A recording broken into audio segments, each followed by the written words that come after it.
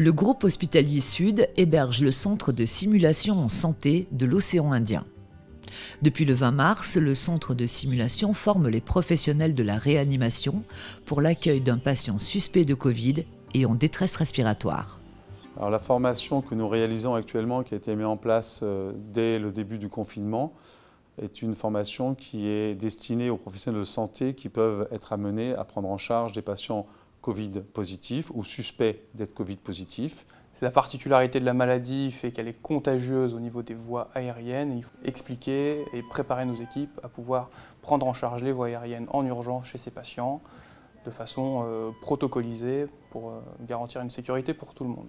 J'ai commencé il y a peu de temps dans le service de réanimation, donc voir un petit peu une situation de simulation, ça permet de se projeter sur des situations qui potentiellement peuvent arriver.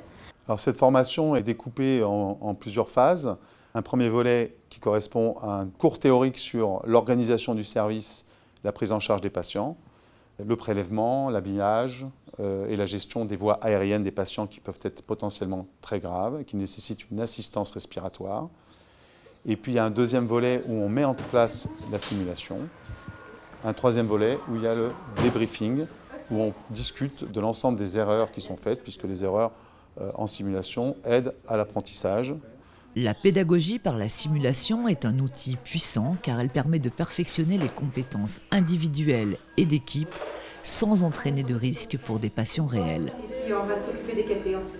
D'abord, la priorité, c'est protéger les personnels soignants qui sont amenés à être confrontés aux patients Covid ou suspects de l'être. Donc il y a toute une formation qui est axée sur l'habillage et le respect des procédures d'hygiène et le déshabillage des personnels en toute sécurité, avec tout un tas de checklists et d'items à bien surveiller et à bien réaliser. Ce qu'il faut absolument garder protégé, c'est votre visage, les yeux, le nez, la bouche, et respecter scrupuleusement une hygiène des mains, parce que le risque, effectivement, quand on a des sécrétions ou des crachats, des postillons sur la main de quelqu'un qui serait éventuellement infecté, c'est de venir toucher son visage, manipuler son masque, se frotter les yeux. C'est des mouvements inconscients, on ne s'en rend pas compte, mais c'est comme ça qu'on se contamine. Super, merci, bravo. Merci. On va retourner dans la pièce de tout à l'heure. Je vais récupérer mon téléphone. On va débriefer tout ça, c'était super. La formation, elle est très bien perçue pour plusieurs raisons, parce que déjà, il y a une demande qui est colossale auprès des personnels. C'est une crise majeure qui est par bien des aspects très inquiétante.